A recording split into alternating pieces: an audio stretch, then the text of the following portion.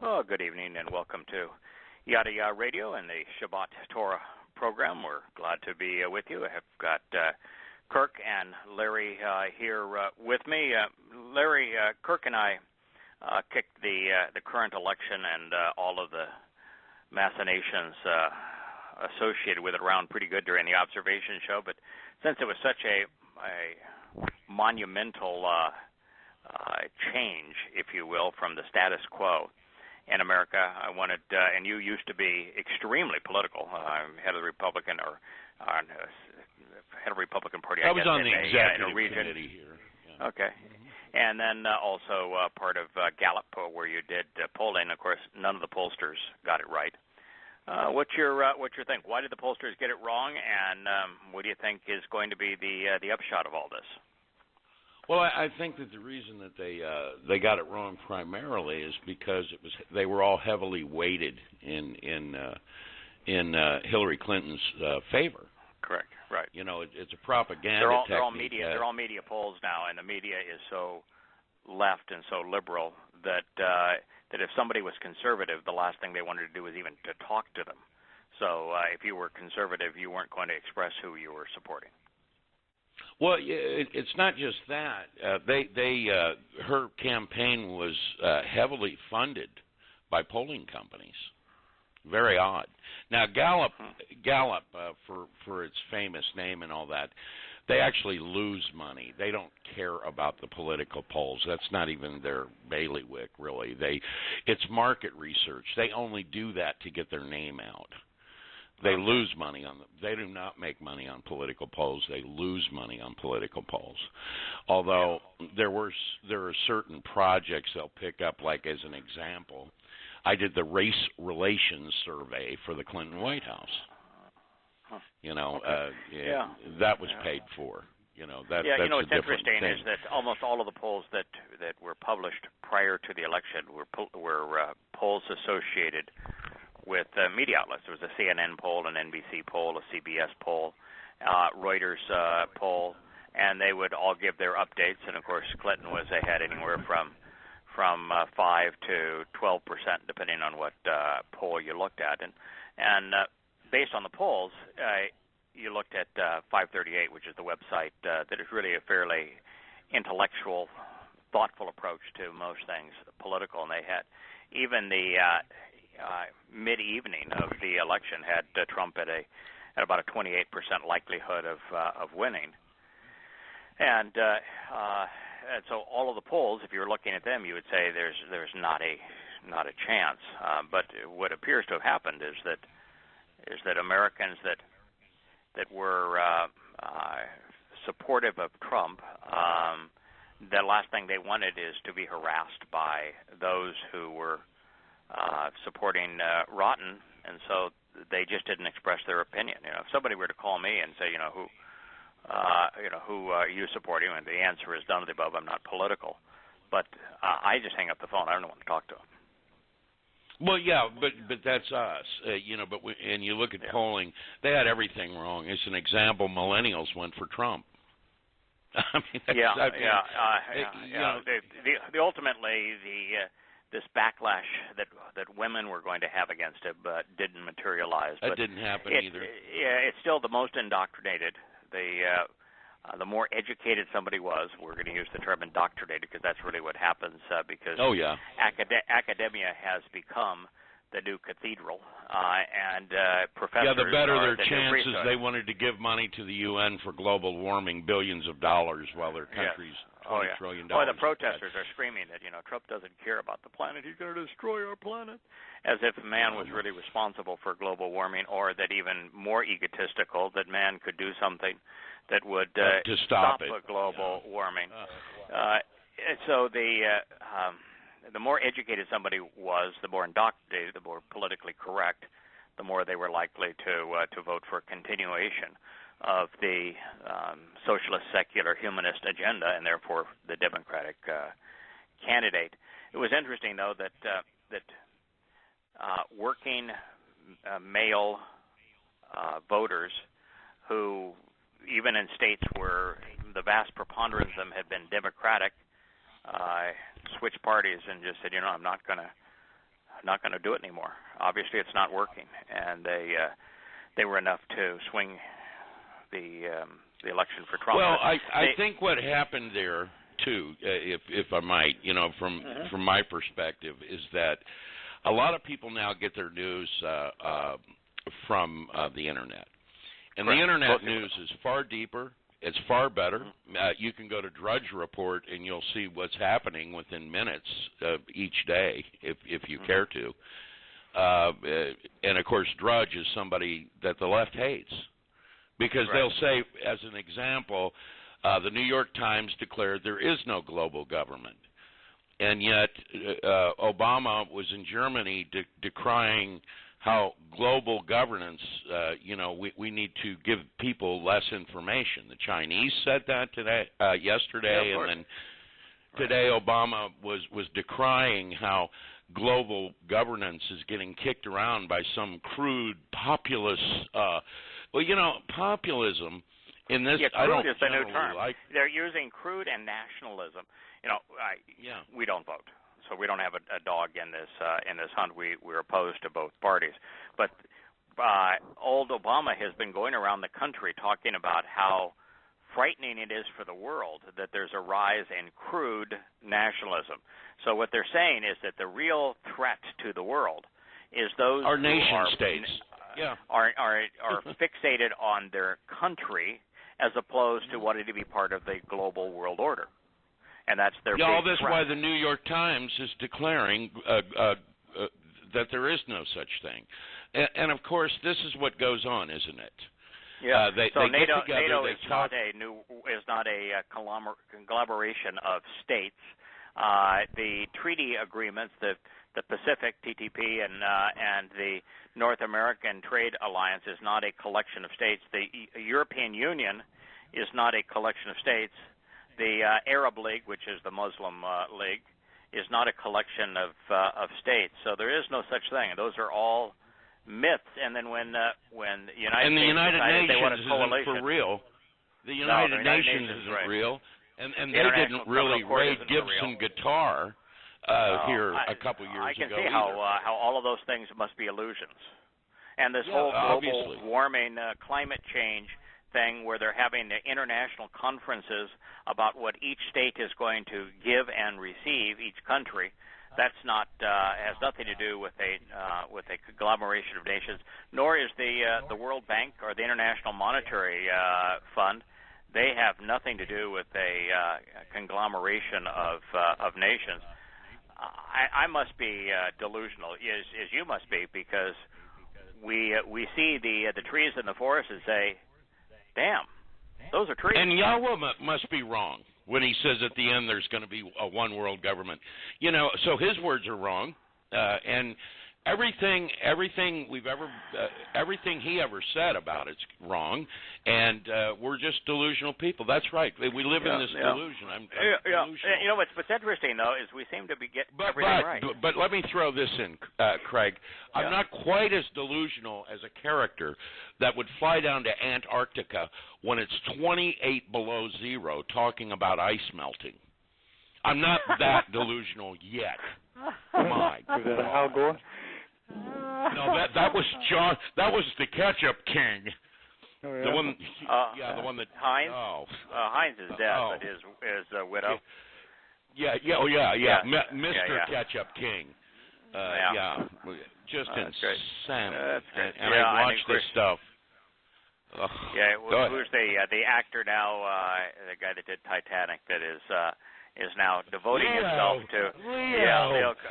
Because Leo has decided that because he has filmed around the world, that he has absolute proof that there's global warming, and therefore he needs to be the person that stands up to those crazies that say, we are in a global warming period. Has nothing to do with man. We've gone through global warming and global cooling periods that are extraordinarily well documented, both scientifically and historically, with the rise and fall of civilizations. And they last anywhere from a minimum of 300 years to a maximum of 700 years. They average about 500 to 600 years.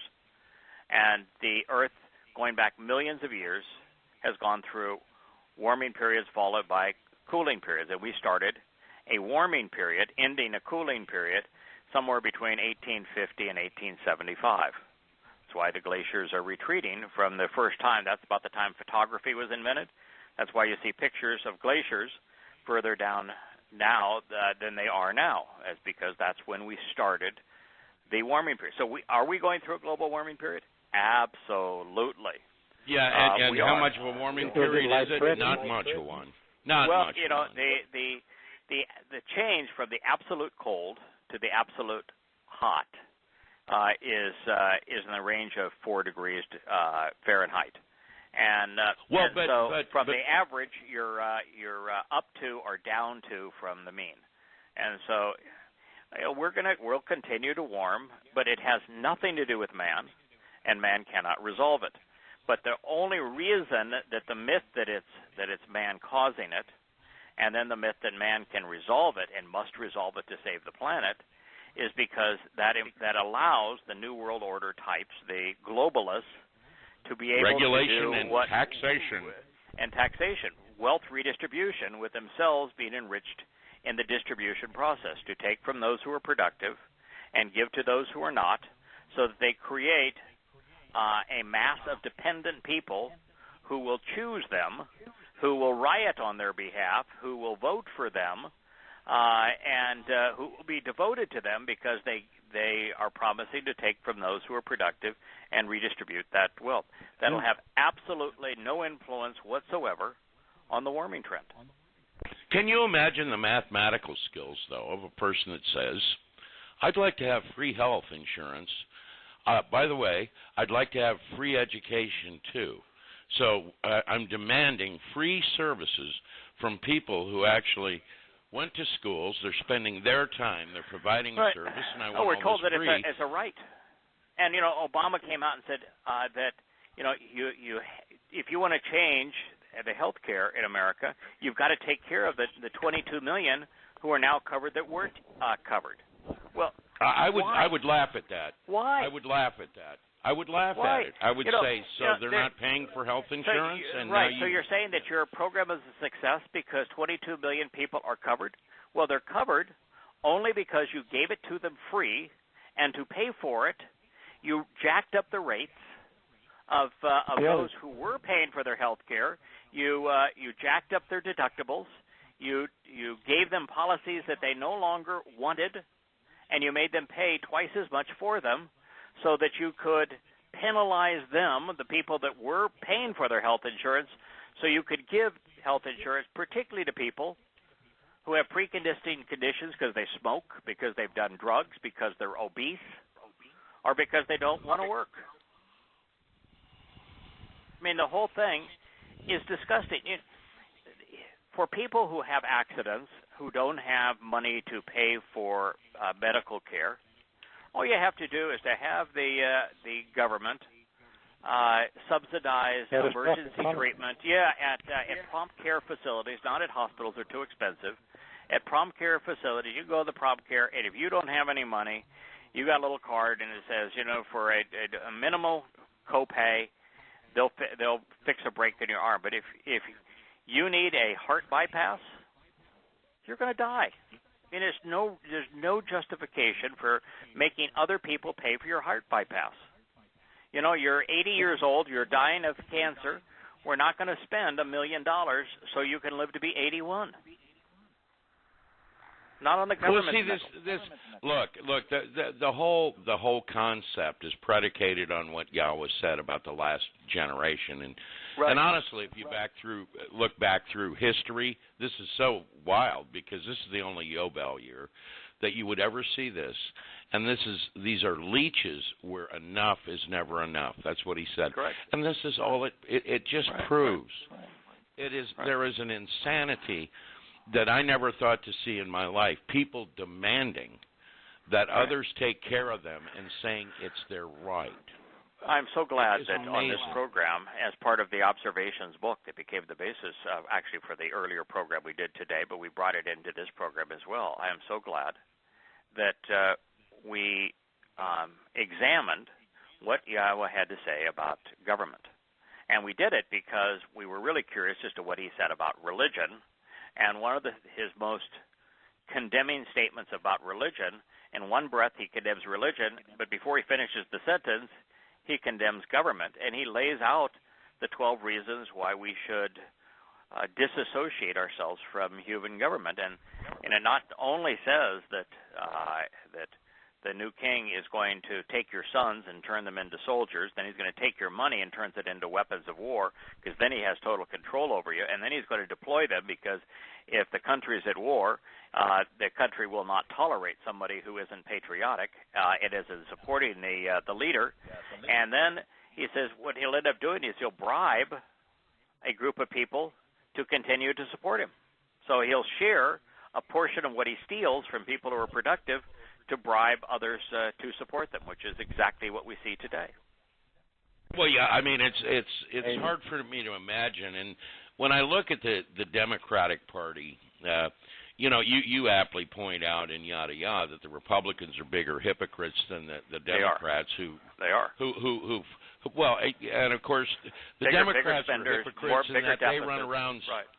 Yeah, but the Democrats are hypocrites in that they pretend to be the doves when they've started nearly every war that is correct. there's ever been, any major war, and the Republicans are hypocrites in that they claim to be fiscally responsible when they run around like madmen spending. Yeah, although you can blame Afghanistan and Iraq on the Republicans, and in this case you can blame Syria and Libya on the Democrats.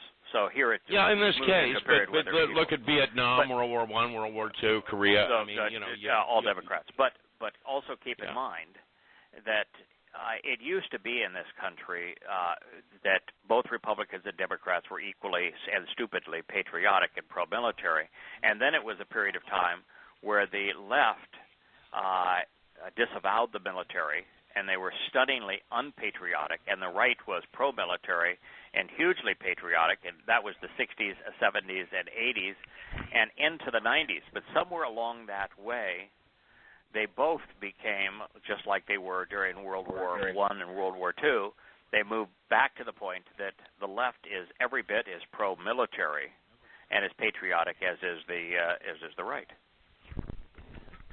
Well, one thing I'd like to point out after this shellacking, and they've taken a shellacking, particularly the Democratic Party, in state houses and who controls states, governorships, the whole 9 yards. And there's a term for you, the whole 9 yards. That came straight out of World War II. But the answer, that was the people, belt on the machine gun. Yeah, if you had 9 yards of shells on shells.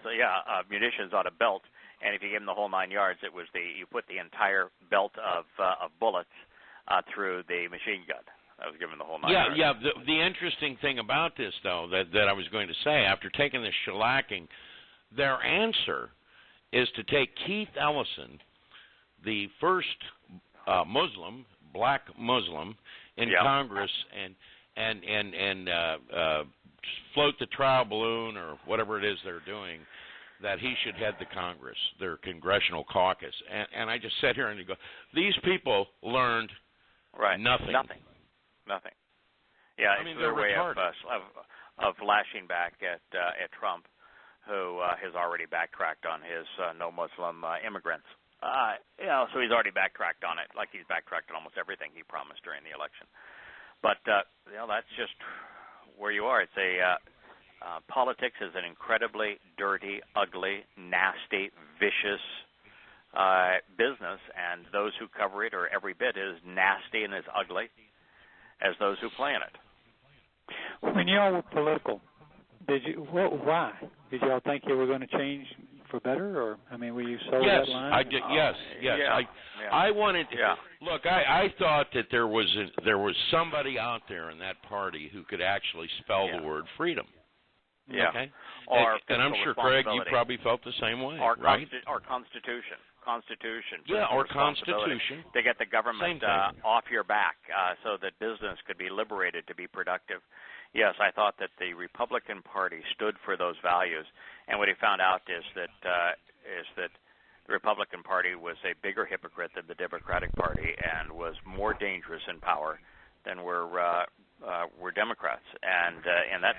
I wouldn't say that over the last 10 years. There's just no way you could be more dangerous. If anybody said, say you were CEO of a company and you said anything negative about Obama, the next day the IRS came to your door. Ronald Reagan was a far bigger spender and far more pro-military, got us into more trouble than did his predecessor. And you follow that, and while Clinton was more physically responsible, mainly because he had a Republican Congress, but Clinton was physically responsible, far more so than any modern president. And then you get Bush, and Bush was an unmitigated disaster. It's in terms of deficit spending. Bankrupted the country. There's no recovering. Well, you also have people that live under the misnomer, working people that live under the misnomer that Reagan cut taxes. Well, no. His idea of saving Social Security was to say, instead of having a $32,000 cap, I think that's what it was, somewhere in there. Now you're just going to pay Social Security on any amount of money that you make. Yeah. And so he took more money from the middle class than anybody. He did what Kennedy did on long-term capital gains, which had a robust positive influence on the economy. And then he did level the tax rates. But unfortunately, when Bush came into power, what Bush did is he essentially eliminated taxing 50% of the people in the country. So now you have far too few people that are shouldering the entire load. And then the Obamanator was devoted to increasing taxation on the most productive individuals. But we've taxed ourselves into a point where we're just no longer productive. We're no longer competitive as a nation. But listen, it's important just to point out here's where we are. God warned us this was going to be the case, and that there's a reason that he tells us to walk away from our country. It's the first condition of the covenant. And there's a reason that he was so disinterested. And it's important to recognize, like when Yosha said, whose likeness is on that coin? Well, it's Caesar's. Well, then give to Caesar what's Caesar's. He chose to say, I'm not going to fight them. I'm not going to start a revolution against them. I just tell you that let them do their thing. And let's us focus on the things of God. He says, and unto God the things of God. So let's focus on the things of God. But he was very clear, particularly as was Yahowah, on why we ought not be aligned in any way with politics or patriotism or militarism. And so that's the first requirement of the covenant. Walk away from your country. Walk away from the human society, family of man. One other thing, Kirk, you asked that question. I was involved in politics because I thought I could get my guy up there. As an example, I told you I was a campaign chair for Alan Keyes at the caucuses in Iowa, where I expected to meet people that, were really kind of informed, since they say it's, the top 2% of all voters and all this. And I met the stupidest people. They had no idea of anything other than they were behind a guy and they were like a cheerleading squad. It was just the stupidest thing. And I realized then that that it's hopeless, that there are people that literally cannot add and subtract, okay? Yeah, and for me is when I actually met guys like John McCain and George W. Bush and Henry Kissinger, and so I've met them in person and got to spend considerable time with them, and it was. Who was the bigger monster? I'm going to guess Kissinger, but I don't know that. No, actually, Kissinger was very soft-spoken. Oh, I know that. His answers were thoughtful and reasoned. He was extraordinarily polite, very, very smart. He followed up our meeting. Which was about a 4-hour discussion, with an extraordinarily touching, personal, handwritten letter. No, I wouldn't. I'm disgusted by many of the things that Henry Kissinger did. But at the time that I met with Henry Kissinger, I was not anti-political. So at the time I met with George W. Bush, I was not anti-political. The time that I had John McCain to my home, I was not anti-political.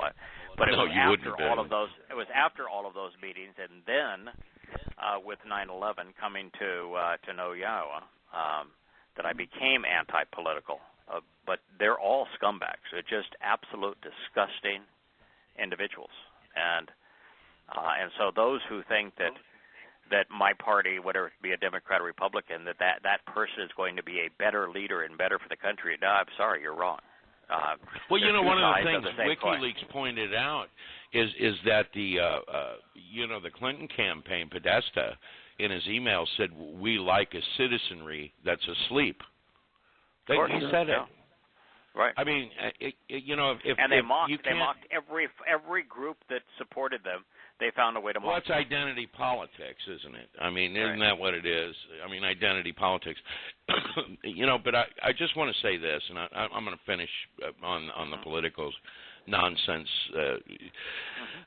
That was one of the beautiful things about finding the Torah. That's why he says it's freedom. Because freedom. Now I know what's wrong, and I know I don't have to. If you ever want to make sure you don't get beat in a game of chess, the answer is don't play. And that's what this is. There's no need to play in their nonsense. I mean, the reason I think many people think freedom is you must be freedom from being enslaved, but there are a lot of ways to lose your freedom. For example, in America, where the NSA and CIA and FBI spy on you, everything you do online, everything you say on the telephone, everything all the ways that you communicate, you've lost. When you lose your privacy, you've lost your freedom. Mm-hmm. And so the fact that they have a policing and justice department and military that preclude anyone from opposing them, you've lost your freedom. When they impose taxes on you, you've lost your freedom. That if you either don't pay, and you can say, listen, I don't want to pay for a government that tortures people. Mm-hmm. I don't want to pay for a government that bombs civilians and creates enormous masses of refugees in Syria or Libya. I don't want to pay for those kinds of bad behaviors. And so if you do that, and you say, I don't want to contribute to that, they'll lock you up. Go to jail. You don't have freedom. You don't have freedom. And so there's other kinds of if you are a Roman Catholic or a Mormon, and you think that you can leave them, they will threaten you in every imaginable way. And what if you're in the Church of Scientology? They won't then. Well, then. That's fair. Then it's brutal. I don't know if you've seen the documentaries that have been done on those who try to leave and how they show up with bullhorns at your front door. Right. It's the most insane thing I've ever seen. But they'll essentially take your family away from you in Mormonism, for example, and in many places they'll try to destroy your reputation. For example, today, if you were to say, I don't want to support homosexuality, those who've listened to this program know I don't care what somebody's sexual preference is. I don't care what their religion is. I don't care what their politics is. I really just don't care. Just leave me out of it. Don't rub it in my nose. And if you rub it in my nose, I'm going to talk to you about it. But if you don't, I'm going to ignore it because I don't care about it. But, the idea today that if you were to speak out and say, I don't like sexual proclivity becoming a national debate item, a part of our politics. I don't like the fact that we're bringing in Muslim immigrants when Islam is responsible for 99.9% of all terrorist acts. If you were to say that, you're going to find people are so vicious towards you, so condemning of you, that you don't have the freedom to say those things anymore. So you don't within certain I mean, obviously our group, we all say it. I don't even affiliate, in any serious way with anybody where I can't say things like that. But you're right. If you went out and publicly stated that you don't care if anybody advances the concepts of transgendered bathroom breaks, as an example, you could be in a lot of trouble for just that. North Carolina started to promote that, or South Carolina, whichever one it was. North Carolina, and the governor is losing his race over it. I've said this before. It's the most insane thing I've ever seen. I've never seen such stupidity. Correct. Yeah, it's just beyond the pale. One tiny fraction of 1% of the people, but it's being brought up because it's an agenda item to destroy the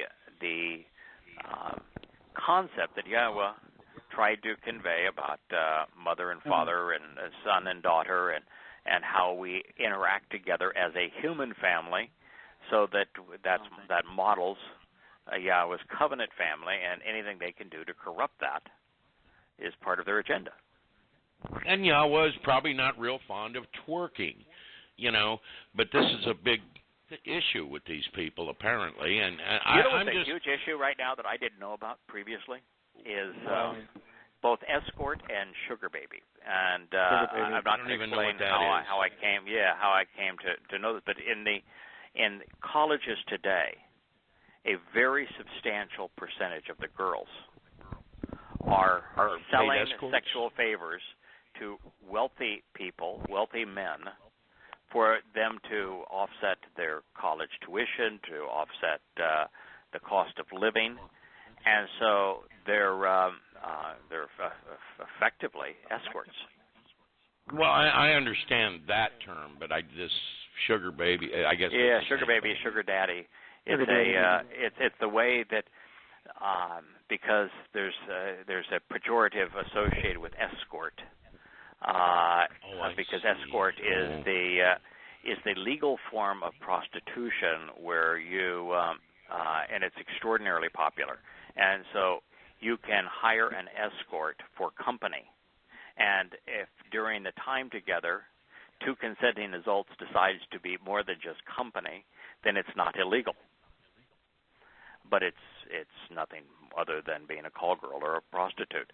And the sugar baby is you have fewer clients, but they pay you an ongoing amount of money to be at their beck and call. Yeah, you basically have a mistress. Yeah, except you do it for multiple individuals, and it's a huge percentage of girls in college today. I mean, we've got a complete breakdown of what's appropriate.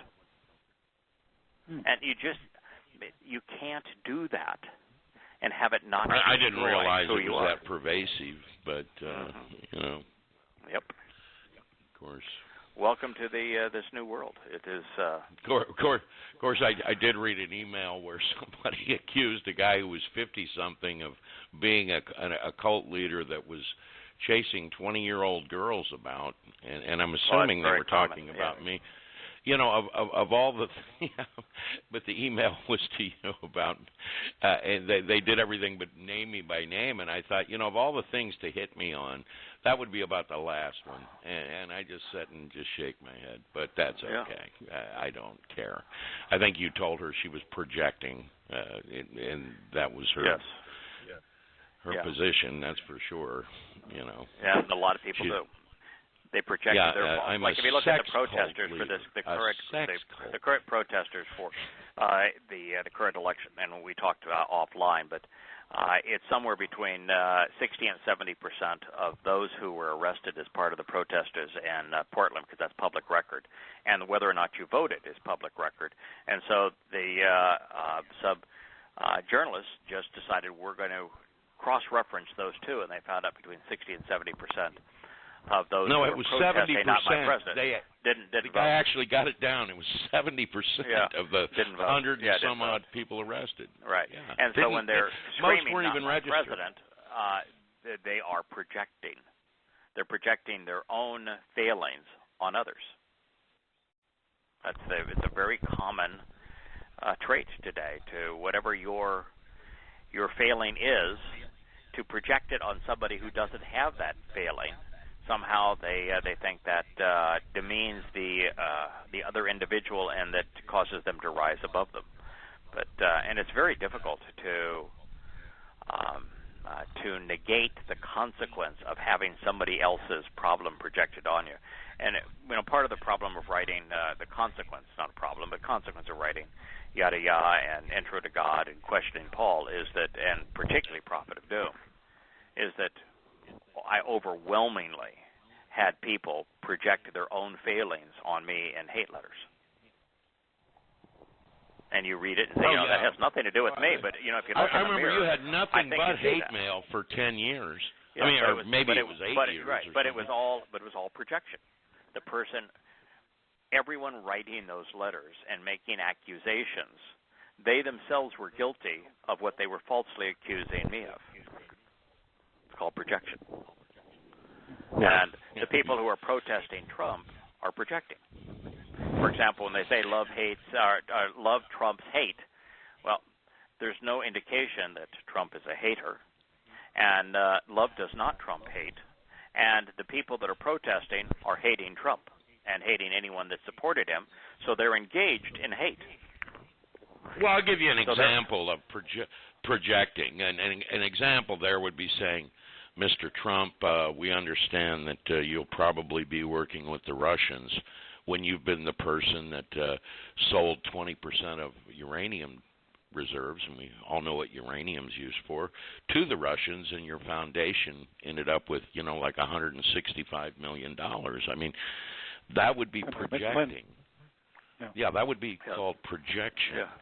Yeah. And I couldn't believe that when I heard that. I actually watched that in the debate, and I would have said I would have answered her just like that.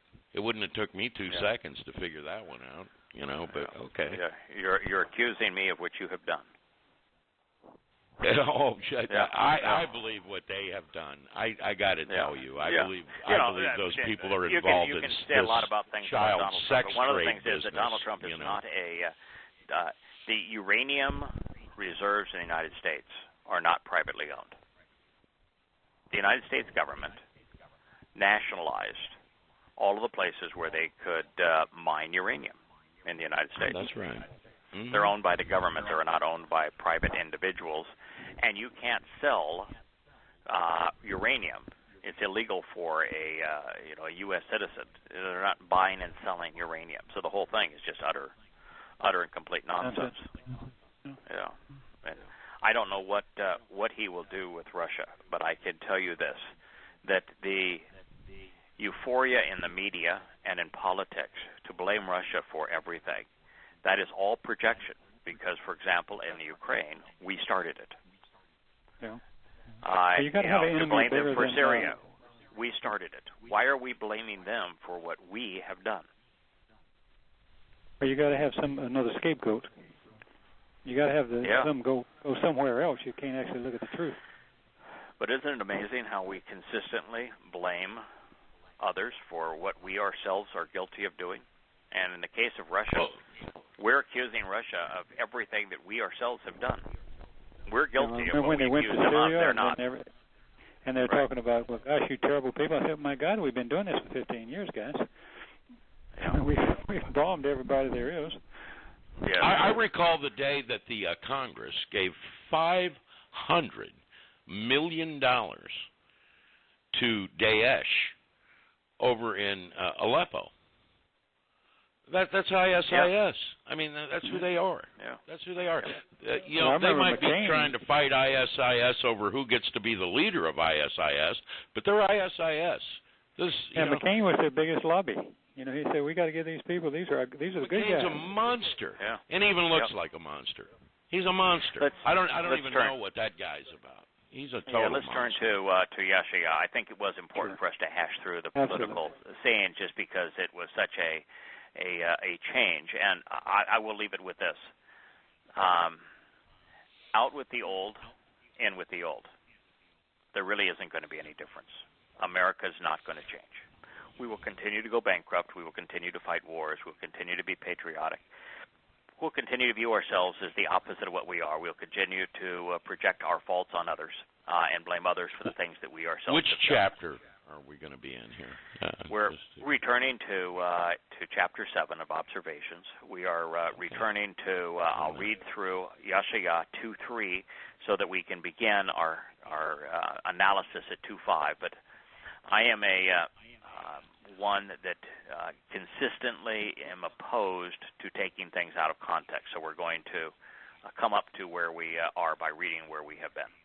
And then empowered people who are part of the family shall travel, and they shall say, walk, because we can of our own volition ascend to the mountain of Yahweh, to the house and family of the God of Jacob, so that he can fulfill his will and teach and guide us by means of his ways, so that we can genuinely and continually journey through life in his manner. For indeed, because from Zion the conspicuous signs posted to mark the way shall be brought forth the Torah, and the word of Yahweh from Jerusalem. Now, what he's talking about is what's going to begin here in 2033, in year 6,000 Yah. This is all future. We are going to be able to be taught and guided by and walk in the ways of Yahweh, because we're going to have his Torah put right inside of us. The word of Yahweh is going to flow forth from Jerusalem, because he's going to return to Jerusalem. But as we talked earlier today, we choose to walk in the ways of Yahweh, to observe his Torah. We are doing what Yahweh wants us to do. I'm not doing it because Yahweh wants me to do it. I'm doing it because I want to do it. And he doesn't want me to do it because he wants to be in control. He wants me to do it because it's in our best interest.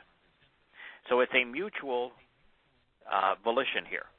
It is what he wants us to do, which is to walk in the way of his Torah guidance, and it's what I want to do because I find it rewarding. I find it fun. I find it beneficial. I find that what he says works. It's right. It's reasonable. It's rational. And so it's more fun, more productive. Then he shall execute good judgment, being discerning, by making appropriate connections regarding the Gentiles. Now that means that he isn't going to look and see, I looked into their heart, and I saw they had a good heart. I know they meant well. Oh, I looked in and say, they did a lot of good things. No, I'm going to execute good judgment. I'm going to be rational about this. Being discerning by making appropriate connections regarding the Gentiles. In other words, did you figure it out? Are you part of the covenant? Did you attend the Moed Mikre? And he shall reasonably conclude that many enriched and empowered people who are part of the family are right, deciding to vindicate them once and for all. Now this next part is also interesting. And so we're told that, that this is in the context of Yahweh speaking about Yisrael and Yahudah, but he's making it very clear that there will be Gentiles, Goyim. They're going to be part of the family. They're going to be enriched. They're going to be vindicated. And they're all part of this celebration during the last day. There's an interesting word there, yakah, to me. I mean, just by just glancing at it. Mm-hmm. And I'm getting into this part a little bit, and Kirk, maybe you could shed some light. It's starting with a yud, and ending up with a henna. Yeah, well, I'm going to say hand, and ending up with a henna. Yeah, that was the original letter, name of the letter, yod, right? And notice they're within. They're within Yah. Isn't that beautiful? Yeah. The ones that are right are within, right there within Yah. Isn't that wild? Right. Anyway, I just want to throw that in agreed. there. Yeah, agreed. Good. Yeah, and that term is right. So if you're within Yah, the Yod and the Hey are beginning at the end of this word. If you're within Yah, you're right. You're vindicated. So yakah, and that's yakah, is a word that visually says that if you're in Yah, you're right, you're vindicated once and for all. That's a really good catch. Absolutely. I'll bet anything starts with a Y and ends with an H is like that somehow. But yeah, that'd be my guess. Anything you put in the middle of those things would be exactly like that. Well, it'd have to be smart because it's feminine. And it is, It is feminine, and so many of what God has to say is feminine. It's the covenant itself is feminine. Torah is feminine. So the covenant is feminine. The Ruach Kodesh is feminine. Torah is feminine. They're all feminine. So then it says here, and this is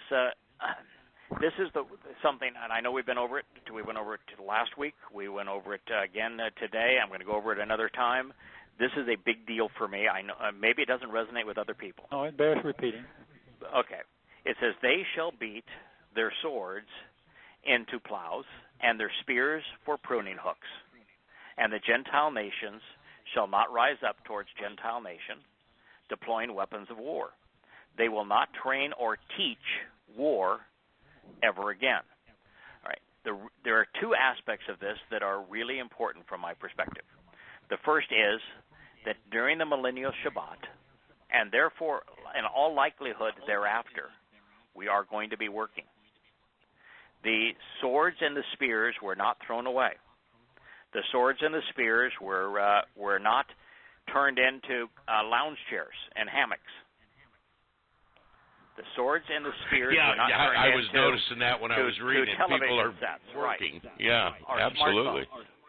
Yeah, they were turned into plows and pruning hooks, which are tools that are used to grow and harvest food. So, what that means is that Yahweh values work. Even the term Masayah is the work of Yah. Yahweh values work. He knows something that liberal politicians do not know. That if you give somebody something that they have not worked for, they will not appreciate it.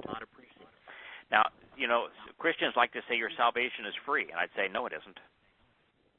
If you do not invest the time and energy and actually work at getting to know who Yahweh is, what He's offering, understand it, accept it, and act upon it, you are not going to be part of the family. If you're not part of the family, you're not saved. God does not, when people say, can you just, what do I need to do? I want to know how to celebrate Passover. How do I have to go about it? I'm not going to give you the answer. If I give you the answer, you're not working for it. I can tell you where to go to find the answer, but you need to work at it. And there's this perception that work is a negative thing. That that if you have to work for a living, that's a burden. And no, it isn't. Work is valuable. It is a reward in itself. To work and to produce something, to work and to gain something, is extraordinarily important. It's an enormously important part of who Yahweh is and of who He wants to associate with. Dode, for example, Moshe, for example, they all had their issues, but they were willing to dig in and work at it. Noah. Noah and his family, amongst the millions of people who were alive at the time, what distinguished Noah? We're not told anything about Noah other than he was an upright guy. But Noah was willing to work at it. He listened to Yahweh's instructions, and he didn't say, could you build the daggone boat? If you want a boat so bad, why don't you build one? My salvation ought to be free. No. He heard Yahweh's instructions, and he went on the process of building the boat.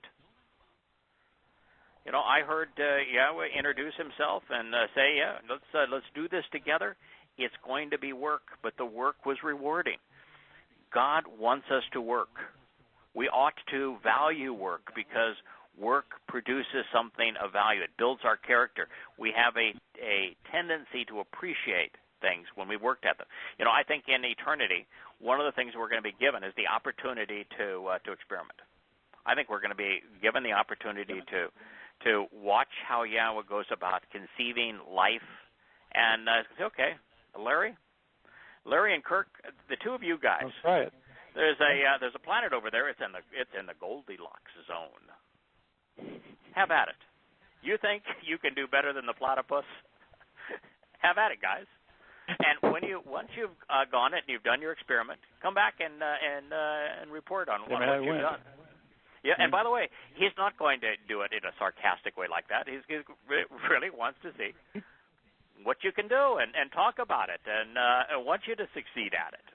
But, yeah, we're going to be working. And during the millennial Shabbat, People are going to be working. As a matter of fact, if you're a Yehudim during the millennial Shabbat, you're going to be given the job of the Shafat. You know, the Shafat are the judges. You're going to be given that job. You're going to be put to work. We tease Frank all the time. We say, you got to work, Frank, and we're going to go party. That's right. Would it be okay to sit around and, you know, laugh at, like, Lisa as an example? Would that be okay? Yeah. Yeah. Okay. Well, you know, I'm going to come back and visit better. from time to time. And listen, when you're working for Yah, it's a great gig. I mean, working for Yah is a cool job. He's a great boss, and it's rewarding. But we are ultimately liberated, us Goyim here that he's talking about, we're ultimately liberated. We're going to be turned into light, and we're going to go out and explore the universe. And we're going to have a grand old time. And it's not like the Lisas and the Franks of the world who are Yehudim are going to somehow be deprived, because eternity is a really long time.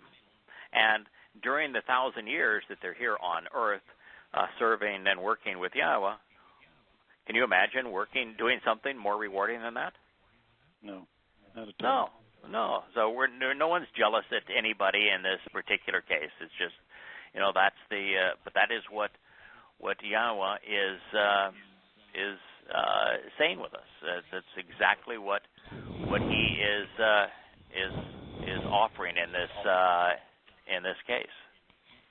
By the way, one of the things we didn't talk about when you brought up the Yaka, you know what the K is? No, not right. Palm of an open hand. Yeah. So you can look at the K in the middle of Yah in one of several ways. One is the open palm of a hand you grasp hold of. The open palm of a hand is holding something out. So Yahowah is holding out the benefits of the covenant. The open hand is the sign of welcome. That's why we shake hands. We reach out with an open hand. When we're going to hug somebody, we embrace them with open hands. And in fact, the whole concept of open hand is welcoming. So you're welcomed into Yah. You receive what Yah has to offer, and you can grasp hold of Yah's hand in the midst of Yod and Hey. So there's a lot to what it means to be right. Now, the other thing here is that God is clearly opposed to war. He says, you know, no armies, no weapons, no war. No war. And what he is inferring here is that the dominant trait of humankind, because there's just one thing he says not going to happen anymore, no more war. So he's saying that man has a propensity to teach war. And, you know, if you look at America, we are extraordinarily war prone. We have a military that's larger than the rest of the world's combined. We are the primary merchant of death in terms of weapons and the deployment of those weapons. And God says no war. So, you know, I have talked about if I were suddenly made head of this country, I would decrease the size of the U.S. military at 20% a year for 5 years in a row. And then America would actually be more secure as a result. And then I would eliminate the CIA, the FBI, the ATF, and the NSA. Completely eliminate them. There is nothing that they know that is of value to our security. And as a matter of fact, they are a threat to our security. And so I just eliminate them. So, you wouldn't get an argument out of me. I mean, no. These things obviously are used to subdue us. It's not for any other purpose. Not really. Yeah. Now, this next sentence has a word in it that I use to translate Jacob that we spent a lot of our program earlier. The better part of the hour was on this one word. House of Jacob. So now he's talked about the Gentiles. Now he's focusing on Jacob. House of Jacob. That's Yisrael. Choose to walk because we can genuinely and continuously journey throughout space and time of our own volition in the light of Yahowah. And we're transformed into light.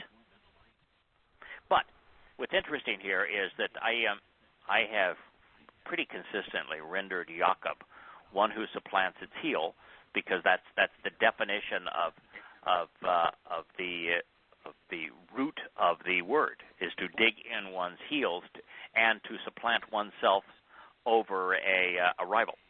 And so somebody wrote to Kirk earlier and said, I'm uncomfortable with the supplants as part of the definition of Jacob. And so we talked about that. And one of the things about supplant, Kirk, one of the things you found is the first definition of supplant is through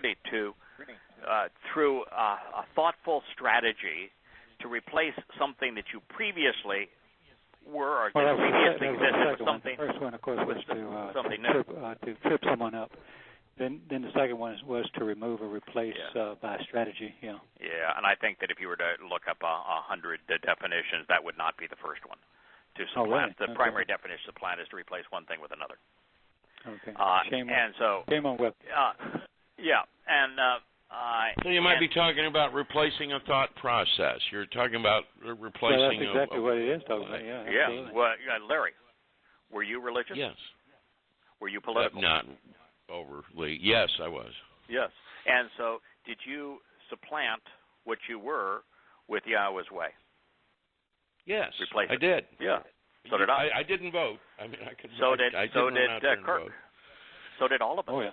And so what I made the comment is, what Jacob is the everyman in this regard, because every single one of us has had to supplant what we were, what we previously accepted and endorsed, with what Yahweh is offering. We all chose to give up religious holidays and religious worship and patriotism and politics. We gave those things up to accept even the ways holidays. of Yahweh. I mean, it's kind of big. Yeah, I mean, those little things creep into your life. I was raised in a home of secular humanism, but they still had a Christmas tree, and they still did Christmas. You understand? Still By the way, Halloween. it really is so irritating. I mean, I guess I've gotten more and more hostile to it, but so many.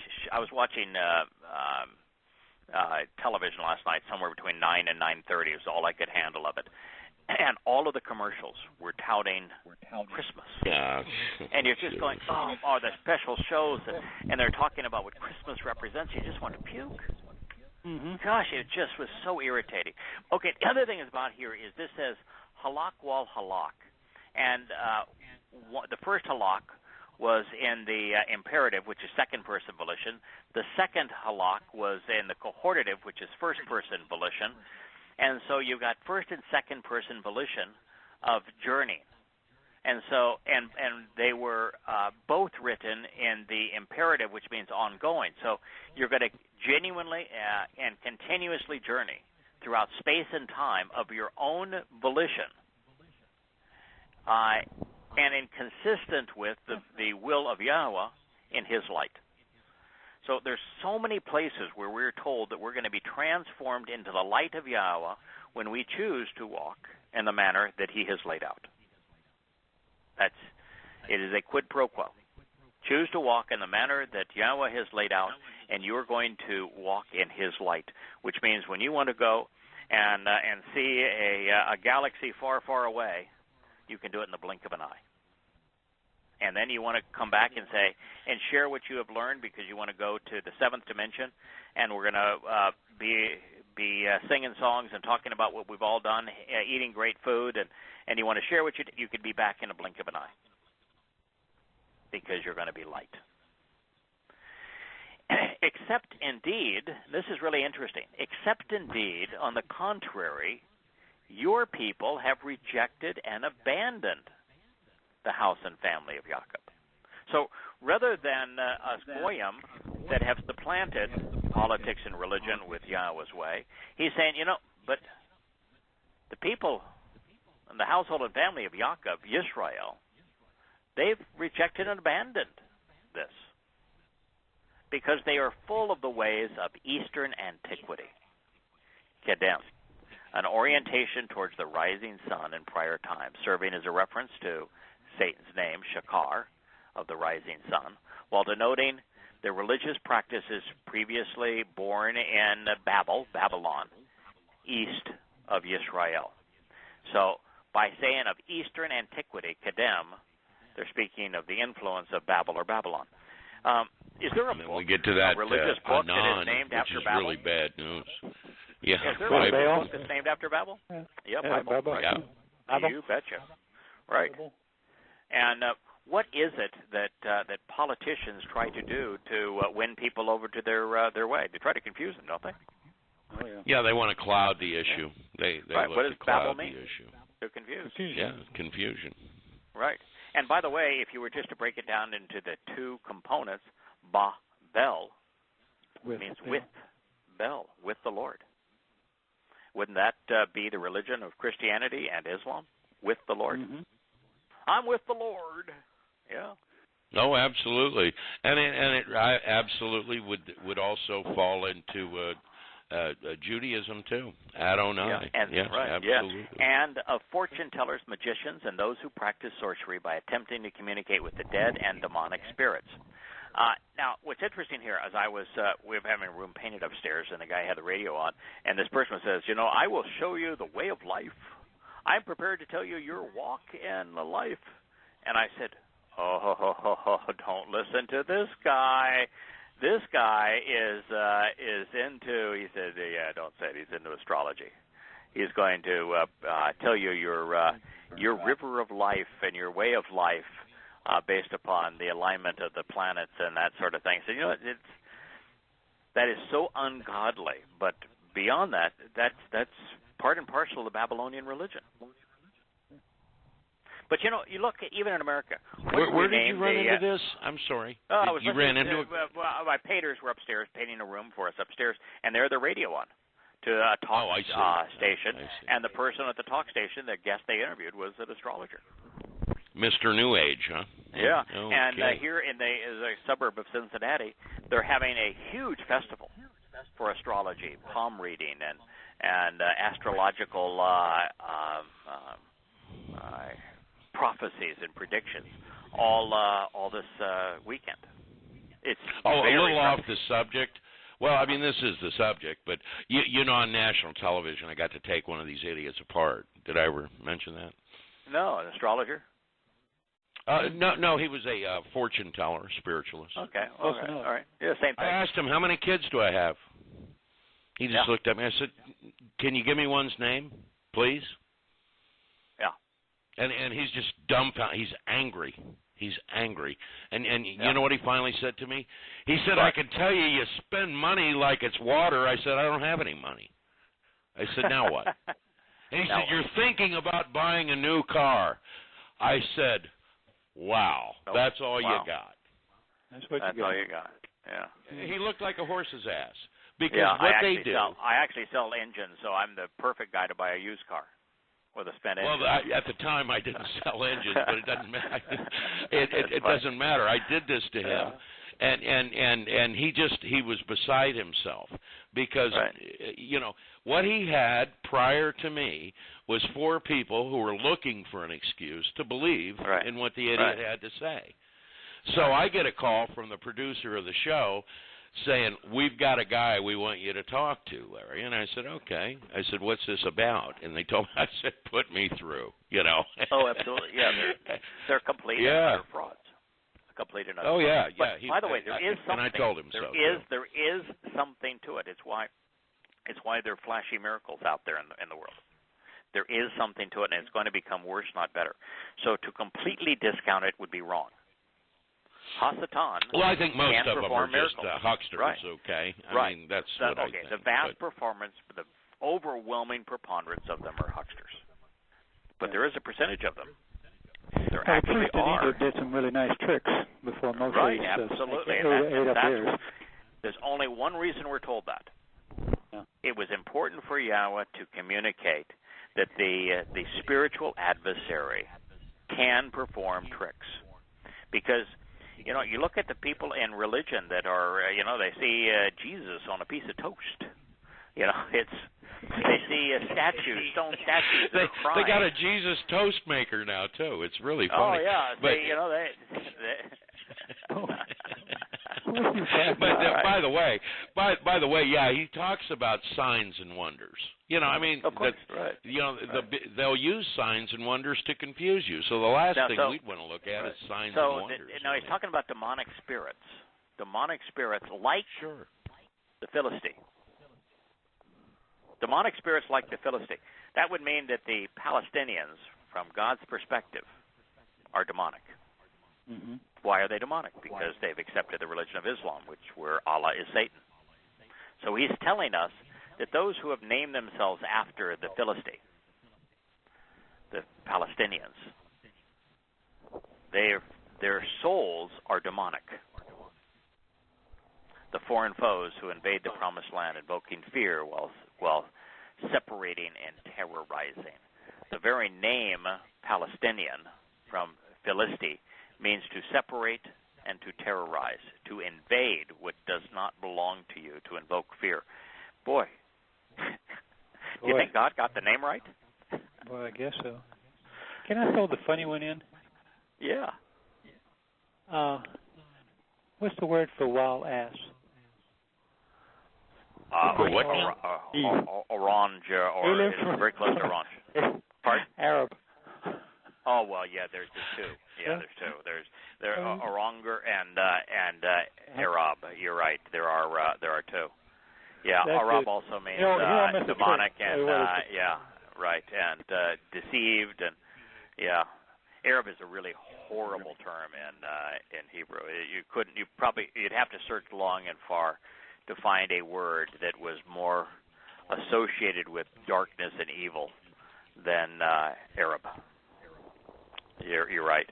Yeah, there are two types of asses in Hebrew, and Arab is one, Oranger is the other. So there's two words for ass. And of course, what did Muhammad say that he rode to the temple of the non-existent temple? Winged ass. What did he take to heaven? A winged ass. Winged ass. And what is the one of the meanings of Arab in Hebrew? Wild ass. Wild ass. And with the he doesn't miss a trick. And with the offspring of foreigners, they clap their hands and engage in the business of mockery and ridicule. Boy, if any time you go about sharing who Yahweh is and what He wants, you're going to be mocked and ridiculed. Remember when I had a conversation with Jerry Falwell, and he said, "Yeah, everything you said is true, but if you say it, you'll be mocked and ridiculed." Now, I want to tell you, one of the things I figured out: if you're going to be mocked and ridiculed, it's really bad if you're mocked and ridiculed because of something that you've done that was stupid, or if you're being mocked and ridiculed for something you haven't done. But if you're being mocked and ridiculed for conveying Yahweh's testimony and explaining what it means, that's a badge of honor. Yeah, I'll wear that sign proudly. That to me is a Zion. Yes. But it is amazing how many people ridicule. It's pervasive in our culture. Their land is filled and satisfied with silver and gold. There is no end to their treasures. Their land is filled with swift stallions, and there is no limit to their chariots. Those who opposed Yahweh are today very rich. Look at the Arab nations with the black ooze, extraordinarily wealthy. But you also look at those who ridicule and mock Yahweh, and what I don't want to get into any inference of conspiracy here. There are a lot of descendants of Jacob who are part of international banking. Yeah. And they're involved with Wall Street, and they have lots of silver and gold. Yes, they do. In their treasuries. There's no end to their wealth. And there's a lot of people from all over involved in Wall Street too. So I mean, it's just there's a certain percentage. Now with Yahweh though, while there are lots of people involved in Wall Street and lots of people involved in banking, He doesn't give a crap about Goyim that aren't part of His family. And so when He's speaking here about Jacob, He's saying, "Oh, absolutely, the chosen people, have become wealthy." and they become self-reliant because they're wealthy, and the chosen people, rather than rely on me, now have an unlimited amount of weapons. And you look at the IDF in Israel, while they have less weaponry than the Islamic nations that surround them, per capita, it's the largest military in the world. Per capita, it's the largest military in the world. Yeah, that makes sense. Everybody serves there, too, their military, so man, woman. Their land is filled with religious images and false gods. Oh, my God. I mean, when you go through Israel, that's the reason I said I'm not going back until Yahweh cleans up the place. Wow. You want to see a religious place. It's disgusting. I mean, I have trouble. Well, it would almost be impossible for somebody like us to live in. I mean, it really would. No, it would be impossible. You know, I couldn't live there. First of all, if you go to move there without, being extremely wealthy, you're in for a rude awakening. You go here, you go there, and it's all going to be written in Hebrew. Nobody's going to tell you anything. Yeah, you've got to work your way through a whole bunch of steps. It's not an easy thing. By the way. Well, my issue would be that it's illegal in Israel to speak on against Islam. You cannot expose Islam. It's a crime, and I'm not going to be restrained in that regard. And in Israel, there is about 20 to 25% of the population that is ridiculously Orthodox. And they are revolting. You wouldn't be able to shut up about that either.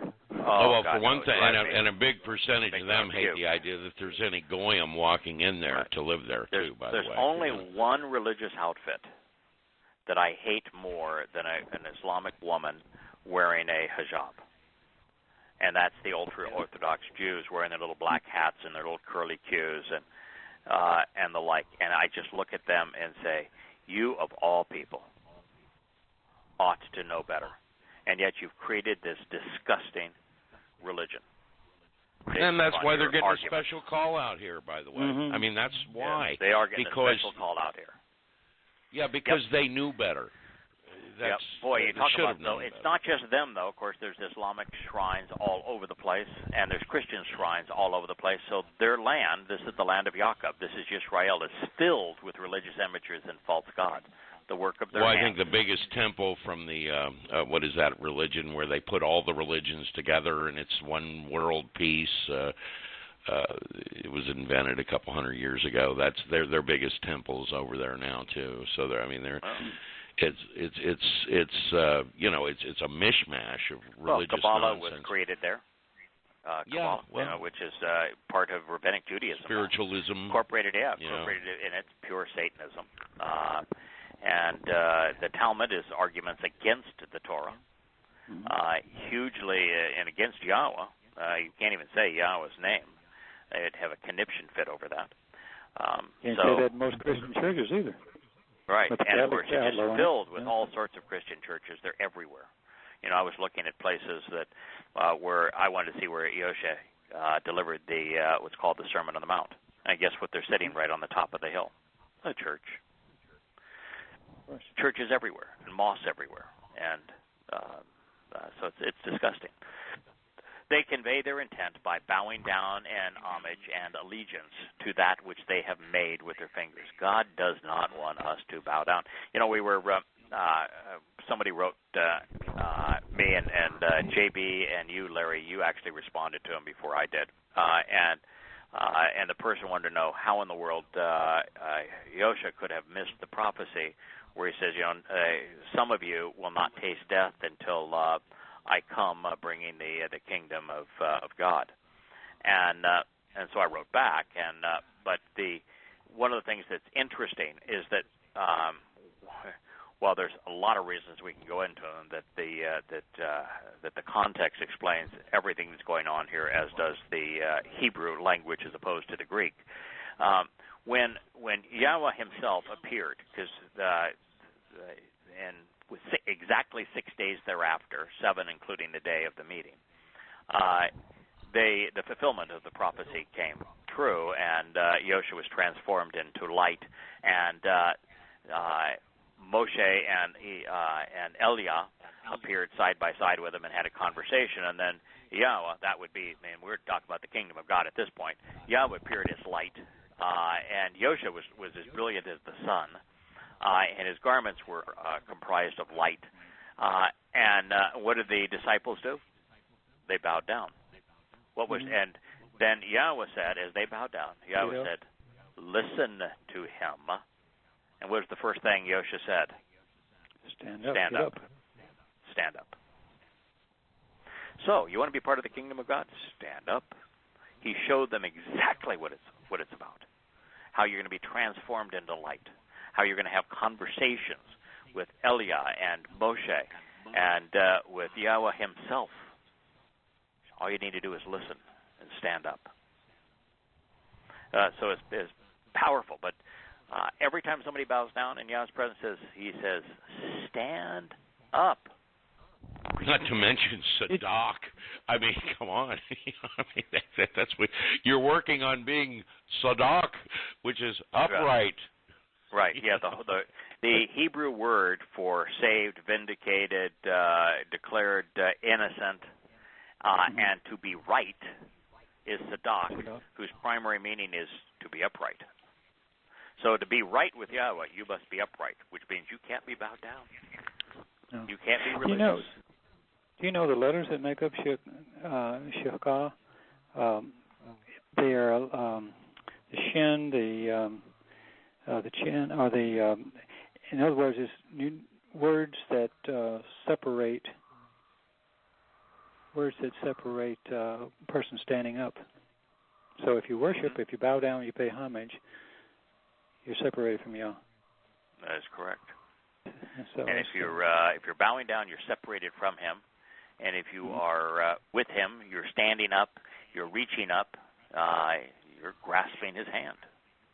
There's no character anywhere that has a bowing down. If that was a big deal, I think it should have been one. Yeah, isn't that interesting? That in all of the Hebrew characters, there's not a single character that's bowing down. Yeah, that if it was prevalent.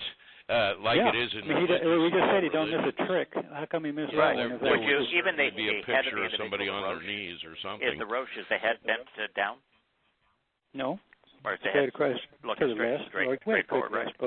Right, the halak that is used so everywhere. The H, the hey, person standing up, reaching up. Standing up. All right. Even the one that's lying down is resting. It's not. Right. They got the feet up. I mean, they got the head up and their feet are up. So it's on a lounge. Yeah. Lounging. That's not bowing down. Bowing. No. Yeah, I don't see anybody resting when they're going through religious veneration. They're not resting. No. So that's not appropriate. No. So there is nothing that has any personage to it that would be symbolic. Yeah. Reinforcing this, he says, so humankind, Adam, bows down in submission and fear. Yes, this shalak. Mm-hmm. Humankind bows down in submission and fear. Everyone to a dictator bows in submission and fear. Everyone to a religious leader bows down. Many bowing down in fear. In fact, when before there were some controls over this, if you didn't bow down before a religious leader or a political leader, they killed you. Cut off your head. Right. When Machiavelli wrote The Prince, the purpose of The Prince was to take Italian royalty and tell them how to become effective popes. And what he concluded was the ends justified the means, and specifically he said, well, it would be nice to have people capitulate to you and follow you because they love you. It's not practical. The practical approach is to have them fear you, to do some things that are just unbelievably horrible. Terrorize them in submission, and they will follow you. And it works all the time, and it's easy. So you want to be a good pope? Terrorize the people. Have them fear you. Have them bow down in submission to you. That's so. He says, so humankind bows down in submission and fear. Now, would humankind bow down in sufficient in fear if there were no government or religion? No. What else does humankind Well, bow I down guess in? some military, perhaps, if you throw maniacal in the bully military. or something. Okay, yeah, could be military, because money, if you don't, money or if you don't employee. capitulate, money well, you're or- not bowing in front of a military. You certainly are No. afraid that they're going to take your life. But so military is a subset of that. But militaries are controlled almost entirely by militias, by religious sects, and armies, by political institutions. So 100% of human bowing down in submission and fear is a result of religion and politics, right? Oh yeah. There's nothing else that causes people to do, not in mass. You know, will just a bad person, you know, that's a psychopath, cause a person that they've kidnapped or that they've somehow threatened to bow down and beg for their lives? Yeah, but then you're dealing with, you know, 1 in 100,000 that may be a psychopath. Yeah, you're not and, dealing with 1 the in a billion, majority. yeah, that is a victim in that group. case. Yeah, what does is not going to have a sweeping statement when he says humankind and zero possibility. So when he's talking about humankind as a whole, humankind only bows down to 2 things in fear: religion and politics. You know, if you criticize Islam in an Islamic country, they'll kill you. Oh, absolutely they will. You know, and if you were to say you supported Trump at one of these rallies that are anti-Trump, they'll kill you. Take your life in your own hands. Right. You know, if you write a book that exposes Muhammad for who he actually was and uses the Quran and Hadith to reveal and expose and condemn him in his own words, they will threaten to kill you. They want you to tremble in fear. It's all a threat. You take that book down or we will find you and kill you. That's who they are. But the reason that Imperial Rome was powerful is because people submitted to them in fear. But they were not alone. Almost every human civilization imposes their will through submission and fear. And if you look at almost every religion, they grew the same exact way. Each and almost every individual is humiliated and humbled. Well, you look at the feudal system that existed in Europe for those many centuries, if not 1,000 years. It was the product of the first universal Pope of Rome. While Caesar Augustus and Caligula and Nero and the like all claimed to be Pope. The fact is that the first real Pope that was the head of the Roman Catholic Church as Emperor of Rome, Theodosius was his name. Theo meaning God. Theodosius, who reigned at 400 CE. He was the inventor of the feudal system that caused humankind to be humiliated and humbled, bowing down in submission and fear to Imperial Rome, which was synonymous then with the Roman Catholic Church. So the feudal system that caused this statement to be true was invented by Theodosius, a Roman emperor. That's pretty disgusting. And do not accept them. Do not support them. Do not endure them. Do not respect them.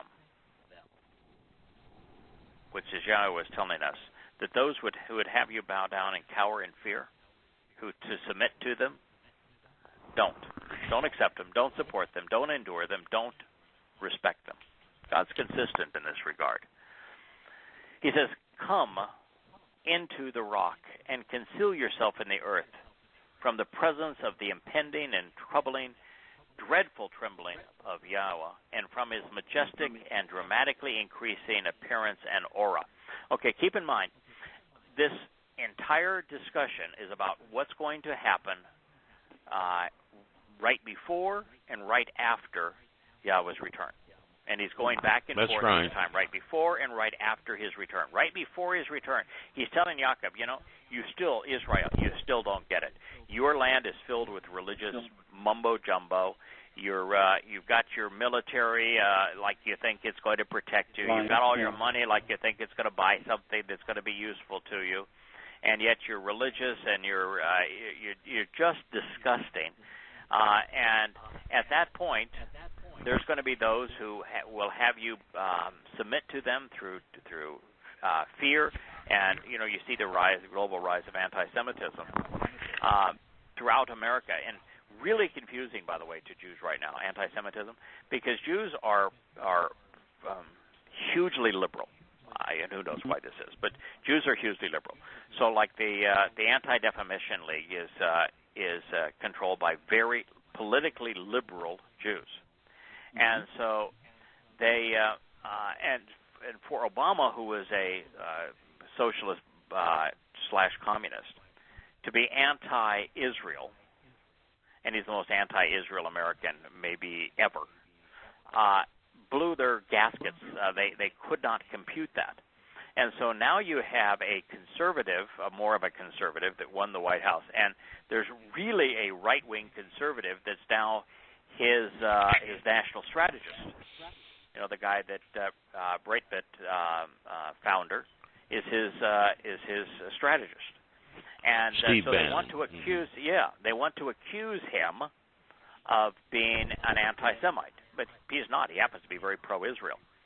They can't imagine that you can be a conservative, and be pro-Israel, and they want to believe that to be liberal is to be pro-Israel. But the fact is that anti-Israel and anti-Jewish sentiment is growing both on the left and the right. It's the left that's allowing Muslims to come into Europe, and they are threatening and terrorizing Jews. Sure. Well, I would say this too. Right that it's coming the left up in Europe that I found that, and the right is as anti-Muslim as they are anti-Jew. I found the left to be far more anti-Jew, certainly anti-Israel. I mean, many of them that I knew in the past, and these were not friends of mine, but just people I had to work around, but they wouldn't even say Israel. They'd say Palestine to this day. Yeah. Right. They're very pro-Palestinian. You'll find they are. this on the left. Hugely. In fact, in those protests, anti-Trump, you see Palestinian flags in all of those protests. Yeah, they're very, very, very anti-Israel, and it's the last thing you want to be. I mean, it's just the last thing you want to be. I'm going to tell you. It's like saying you want to be anti. Listen, God is anti the Israel in terms of political and religious Israel. Mm-hmm. He's anti both, but he is very pro-Israel as he intended it to be, and the land of Israel. Which means that you couldn't sit there and support Israel's enemies, as an example, and Yahweh be smiling upon you. It just isn't going to happen. Anti-Semite, Shem in Hebrew is name. So you're against the name. The Jews were the first anti-Semites, from what I can tell. Right, they absolutely against the name, and the name Yahweh, but there is a growing amount of this, and so when God says, listen, they're going to terrorize you and have you submit in fear, don't play along. And then he's saying, listen, God is saying, even though you had all your weapons, you got all this money, he said, when I come to eliminate this, you don't want to be around, because this is going to be a mess. I mean, I am not coming back happy. And he says, you ought to go and hide yourself in the crevices of the rock, because you have not yet accepted me. And between now and the time you accept me, you're at risk when I return. And I'm not returning happy. I'm not going to turn my first act is not to sprout up daffodils and daisies. My first act is I'm going to eliminate the militant and those. Anyone not covered in the ruach, as we know, are going to be melted. And then he just said that Jacob was still in conflict. So because Jacob as a whole, Israel as a whole, is in conflict, he's saying you need to hide yourself because you're not covered. You're not protected, and I don't want you destroyed because I do want you to reconcile. You know how we've spoken on this show, I've openly said that, I realize Towrah is real just because I realize that Yahweh's words are real, okay? But that doesn't mean I won't be completely shocked, but because that's just the truth of it, okay? I'm talking about on Towrah, with the Ruach coming in saying, "Follow me." I will be shocked. No matter what, I know I would still be, wow, shocked in a good way, but shocked. Yeah. And I think that's the same thing upon the return. When Yahweh touches down, these people are going to be shocked, even though they're going to say, "Wow, there is a Yahweh. He is our Elohim." And then he's going to go, "Yeah, and you're my family." That's what it says. I believe they're in shock upon the return. I do. Yeah, I do too. Certainly, most of them will be, and of course, 2/3 of them are going to die over the next 15 to 20 years, 15 to 18 years. I think it's more than that. I think it was 2/3, so and then half leave, and then that's only in Jerusalem we're talking about. Right, it's not the of course, whole. Right. So. Well, in terms of humankind, you lose a quarter, and then a third of that which remains, which is a second quarter of the original number. That's half of humankind, just in a combination of two of very short period of time. Could even be a 24-hour period of time between the asteroid hit, the tsunamis, the side of the Carne Viejo, the mountain that falls into the sea and creates another tsunami, the nuclear exchange that follows the fall of Syria and the invasion of Muslims into the Magog War.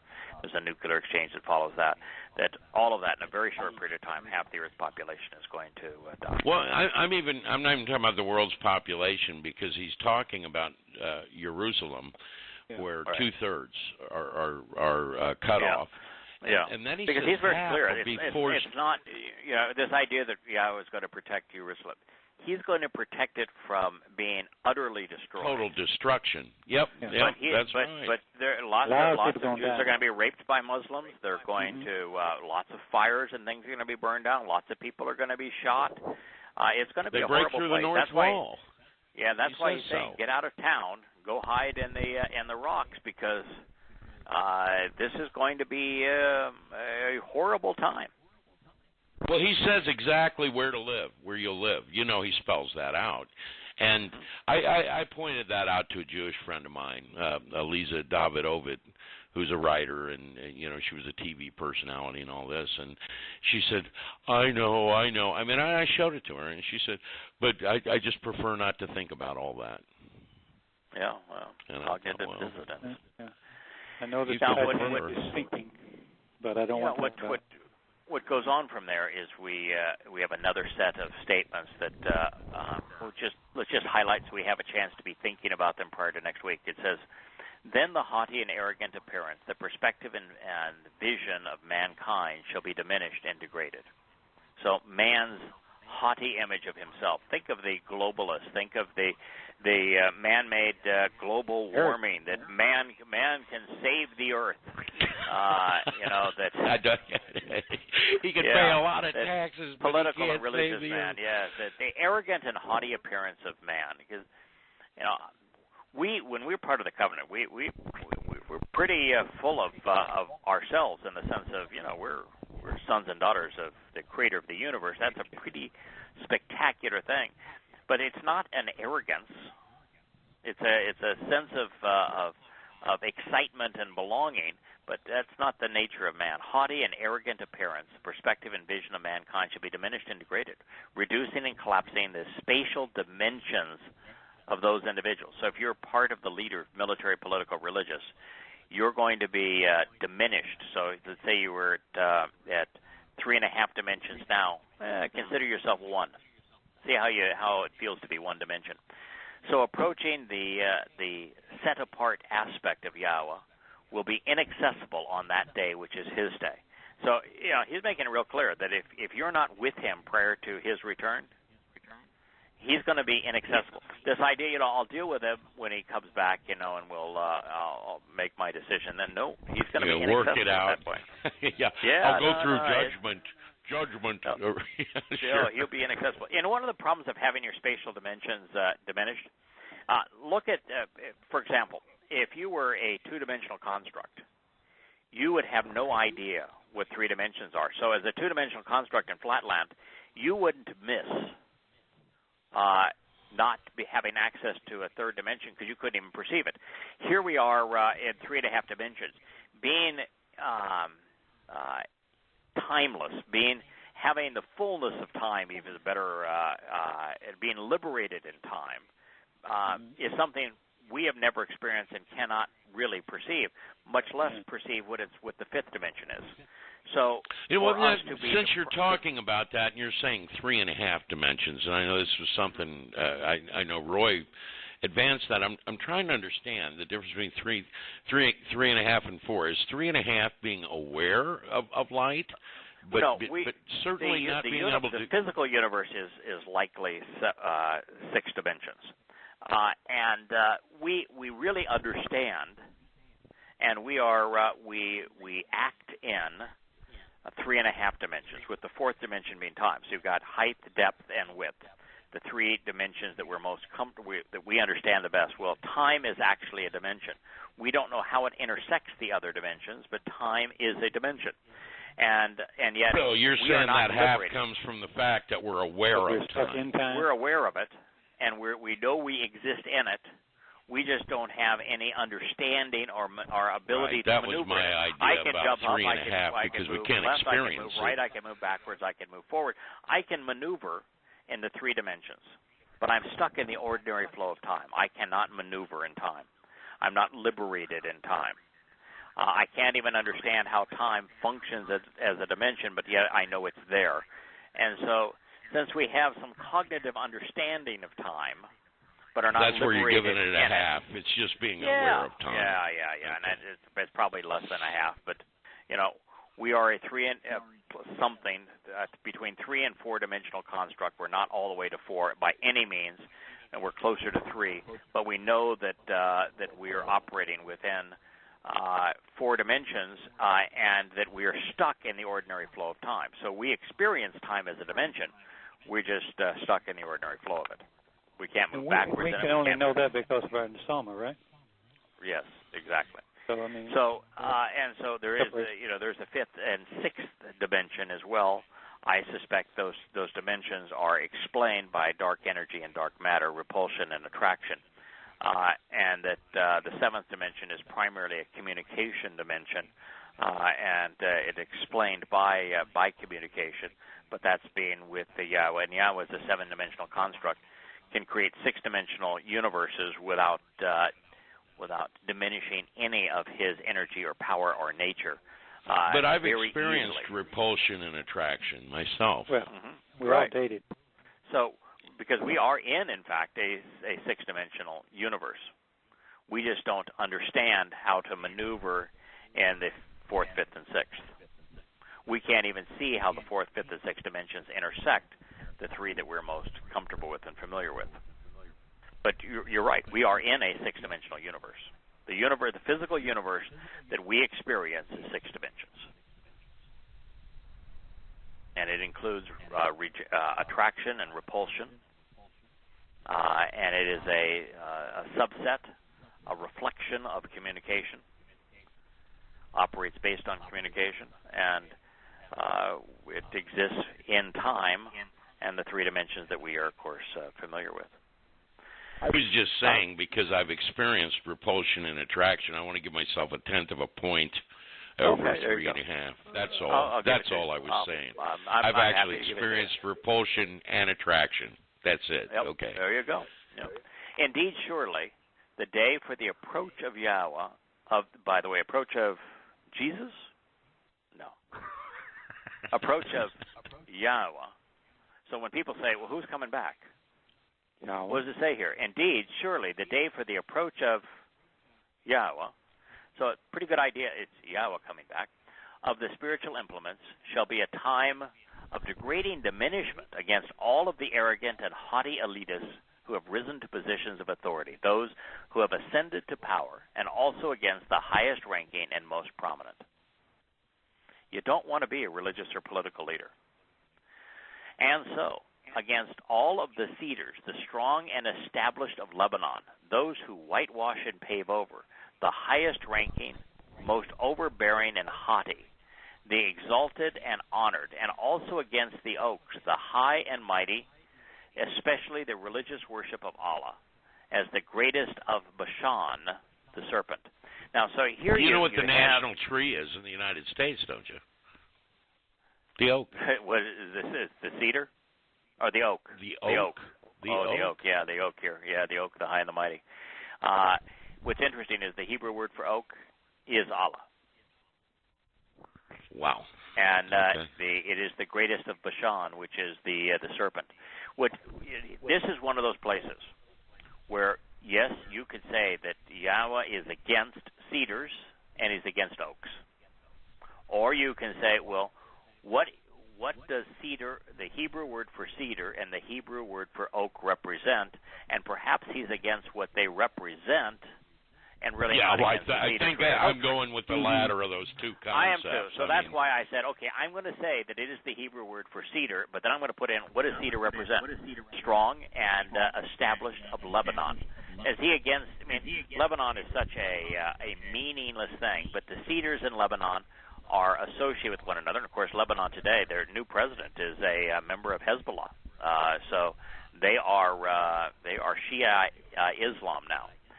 And what's not Shia Islam in Lebanon is Phalange Christian. Neither are associated with Yah. So against everything that Lebanon represents, which is Islam and Christianity in a political alliance, but cedar, the Hebrew word means to whitewash and to pave over. It's interesting that cedar is white in Hebrew. Whitewash and pave over. The highest ranking and most overbearing, the haughty, the exalted and honored. And then he says he's against not oaks, but the high and mighty, especially the religious worship of Allah, as the great Bashan, the serpent. I am against all of the mountainous powers which have sought or ascribed high status for themselves, and against all of the hills which are exalted and honored. I am against every official and exalted podium and pulpit, and against every fortified and impregnable barrier and wall. I am against all the ships of Tarshish, and against all of these vessels, their coveted treasures. So since the first part of that is pretty straightforward, and what we'll get into in our next program is what does Tarshish represent? And so what I would encourage you guys to do, you read what I came up with in Tarshish, but then do your own study and see if you concur, or if you have a different perspective. As you know, if you've got a different perspective and it's better than the one that I came up with, I'm happy to accept it. But my study of Tarshish is that since they established trade into their own enrichment using their navy, and that they were the de facto reserve currency of the ancient world, and that they were the ultimate economic power through military might. And since Tarshish is... I'm starting to get this picture here. Okay, and since the Carthaginians don't exist anymore, and he's talking about when he returns, what nation is the de facto reserve currency of the world? What nation uses its military, particularly its navy, to establish its trade routes? No, that's the U.S. There's no question about that. Tarshish. And where was Paul from? Where was Paul from? Well, he was. It's Shaul of Tarshish. That is, but even though that's the name of the town that he was from. That was named. I realize it's not the same town, but isn't it interesting? Yahweh plays. He cheats. He gets by cheats. He knows. He knows everything. He knows what's under all the cards. He can make his metaphors get up and walk on all fours. But there's a nice tie-in. I know, it's a nice tie-in. But I came to figure out where Tarshish was, who controlled Tarshish, and what Tarshish represented. And my conclusion was Tarshish was Carthage, and the Carthaginian Empire, which is the Punic Empire, which is an offshoot of the Phoenicians, and that that what they represent in the last days is only one country that could possibly represent Tarshish, and that is the U.S. of A, with its stunning naval might. You know, if you were to look at Russia, which we consider the second most powerful nation in the world, do you know how many aircraft carriers they have? We're all having a conniption fit that they sailed this fleet. I'm going to guess they have two or three. Nope. We have 13 battle groups. 3 was also a wrong number. 1? They have 1. I don't think they're big into aircraft carrier. They like the submarines. They have 1. 1? That's Okay. all they have. One China, I think, has 2 now. By the way, and it's not nuclear. It takes oil. They have 1. You know how many China has? I think they were building the second one or third one. I forget. They have 1. They have 1 currently. They have 1. They have 1. Uh-huh. You know how many France has? They're not very effective tools. Yeah. You know how many France has? No. They have 1. They have 1. Yeah. You know how many I would United imagine States England has 1 or 2 because I'm still trying to figure out what a French I army think is. England has 2, and they're Argentina. building 2 more. Although their aircraft carriers are smaller than were the U.S. aircraft carriers in World War II. Mm-hmm. You know how many the United States has? It's either 13 or 17. 13. And ours are 4 times the size in terms of displacement, and armaments and aircraft. 4 times the size of the next largest. And so it's 13. Well, you also have, it's not 13 we have to battle 1. It's carrier it's battle 52 groups. to 1 because they're 4 times more powerful and larger. So we're essentially 50 to 1 over every other country in the world. Who's Tarshish? How many military bases the United States have in foreign countries? How many countries does the United States have a military base in? The answer is 108. What is the only reserve currency in the world? The US dollar. petrodollar. Yeah. Well, U.S. dollar. I'm really hoping that given a week's time and you can parlay on what I've written in this chapter on who Tarshish is. I'm hoping that you guys have a different and interesting slant, and that we can go at it. But that was my a different slant than that. Oh no, I have no different slant. I mean, that's just a dead ringer. That's looks like it to me. But if you can, if it was 30 years ago, we could have blamed the British Empire. But that is correct. That is correct. But now, no. Well, no, I mean, well, even when he's describing in the Mashal, he's talking about the 4 players in the last generation. He talks about he's talking about an eagle that's flying around, right. and of course those are your oligarchs. What I was going to say, we were talking about, and I forgot to finish this thought, but. What is America, when our first spacecraft, what did we call that capsule? Apollo? No, Gemini. Oh, the first one. That was Gemini. Yeah, Gemini was the first one. Gemini. Gemini. I'm wrong. No, Mercury, and then Gemini. That's right. And then Apollo. Yeah, that's right. And what do we call the rocket? Wow. Titan and Saturn. Name Titan and Saturn. All the Greek gods. Well, it shows you where our emphasis is. And of course the private, Musk, SpaceX, when he's his private capsule, guess what he calls it? Dragon. Dragon. Good old Satan. Why not? A winged serpent. Lovely. Oh, it's just lovely. Well, which is what America means. So then the arrogant man shall bow down in submission after being brought down and humbled. There'll be people bowing down. We've talked about this. It's the religious and political types. They'll be reduced in stature, and the rebellious nature and the spatial dimensions of men shall be diminished. And so approaching the set-apart aspect of Yahweh will be inaccessible that day, which is his day. Because if you're going to approach Yahweh, you're going to be empowered. You're going to be expanded. You're going to be enriched. And so those who are bowing down and are diminished, they can't approach Yahweh. They're going to be set apart from Yahweh for all time. And then he says, and this, I love this, the artifacts of worship, the ineffectual ideas, the worthless idols, the false gods shall utterly and completely go away. Be removed and discarded. I figured out that since we're coming back to the conditions of Eden, that Yahweh is going to turn the whole earth into Eden. There was no religious anything in Eden. He's going to destroy it all. Well, I guess I didn't have to extrapolate that because he says it, matter of fact. The artifacts of worship, the ineffectual ideas, the worthless idols, and the false gods shall utterly and completely go away, shall be removed and discarded and vanish. And they will go into the caves and in the wastelands of the rocks, into the holes of the ground, and from the presence of the dread of Yahweh, and from the overwhelming, impressive splendor of his majesty in his stand to inspire the land. In other words, if Yahweh is not going to be seen and cannot be seen, he cannot tolerate the presence of anything that is religious. All going to be tossed into the crevices of the rocks and discarded, vanished from sight.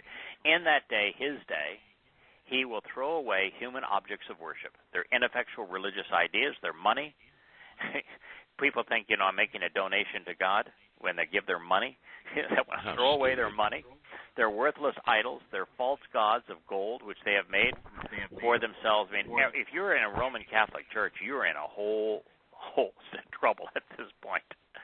To provide explanations, pontificating useless words while bowing down in worship, giving them to the rodents, to the dung beetles, to the moles on the bats.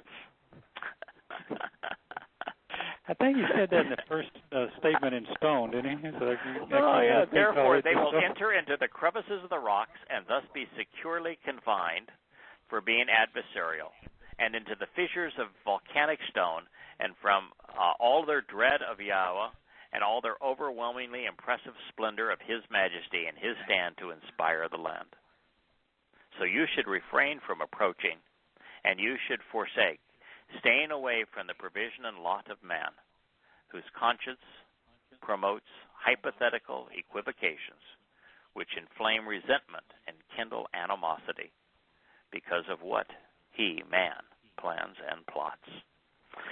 So that is what we're going to spend the next few shows on, and I just thought I would share it as food for thought, because God's going to get really anti-political and religious. It's really interesting there, too, because, in Zechariah, he talks to their leader, and the leader just becomes a little sissy boy and blames everybody but himself. It's so incredible. They all become nobodies, and he gets to be embarrassed and be a nobody. These are the people running around trying to frighten the rest of the world with their power as they run around telling everybody what to do. It is just pathetic, these people. And I think they're the littlest people in the world. I really think that. I think they're very they're going to be made the littlest people in the world. That's for darn sure. Mm-hmm. Well, then that's what they really are. Those who try to aggrandize themselves are going to be belittled to one dimension by Yah. Those who had people bow down to them will have to bow down before Yah. God's fair. Yeah, good. Yeah, holds people accountable. He's ultimately fair. Well, I mean, they do run around, trying to diminish everyone else. They to a large degree, because of all their lies and their propaganda and their brainwashing and all the rest, their programming, I guess would be the best way to say it. They've diminished people. They have. When all anybody really ever had to do was speak up, speak the truth. I mean, right? I mean, that's the reality of it. It certainly helped. Correct. Yeah, all God wants you to do is take a stand, speak up against it. Bow your back. Don't capitulate. Don't respect them. Don't tolerate them. Don't associate with them. That's all he wants. Quick question. Mm-hmm. We started this conversation with warring Gentiles.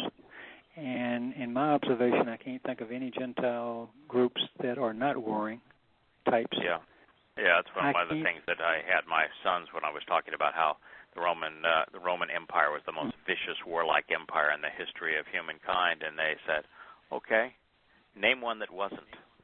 Yeah. And in light of that, though, when you think of Jews, Yehudim, they're not really warring people. So this no, they're really pacifists. They're very passive.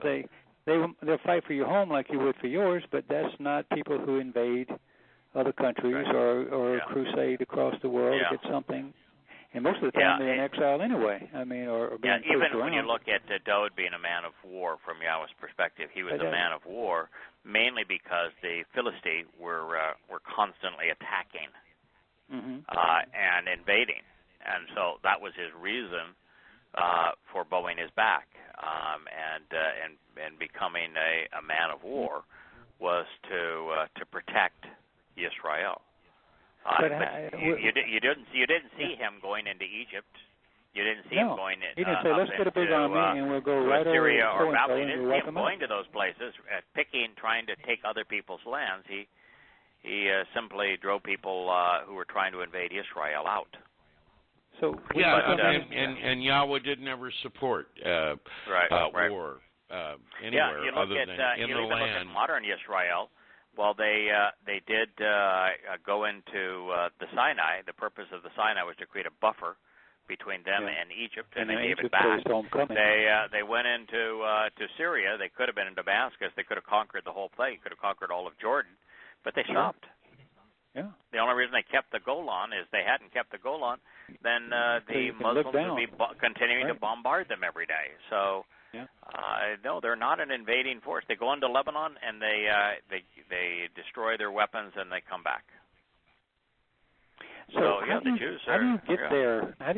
Because when you listen to all these other radio programs, I don't listen to a lot, but from time to time, Terry will be getting the news from this source or that source, and a lot of it is some OGCN stuff or some related talk radio, They're getting very anti-Semitic.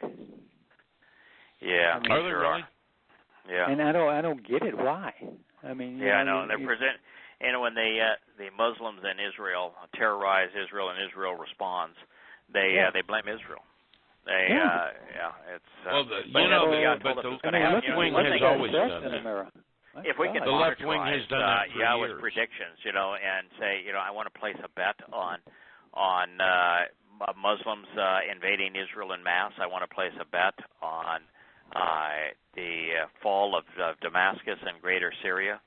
I want to place a bet on Israel giving up Samaria and Judea as part of the West Bank, because you have a 100% chance of being right.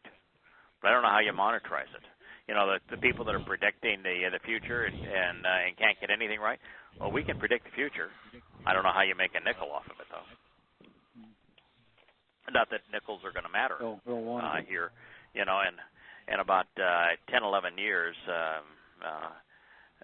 you could have a pile of nickels a mile high and it wouldn't matter.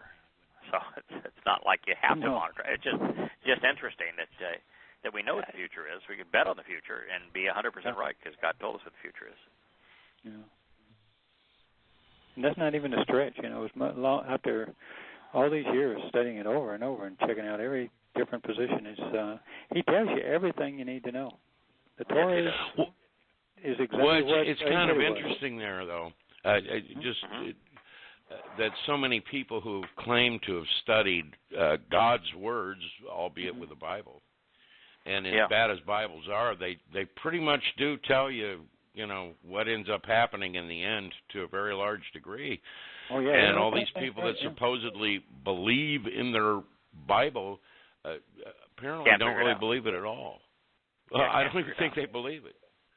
Yeah, either can't figure it out or don't believe it. I don't know which one is true, but maybe both. Yeah. Yeah. Pretty sad. All right, fellas. I will bid you adieu. We'll get back together this time next week. Okay. Okay. Well, I enjoyed it. I did enjoy it. Yeah. It was great fun. Me too. Good Always chat fun. with y'all. Yeah. Thank you. Shabbat shalom. Good night. Good night. Shabbat shalom.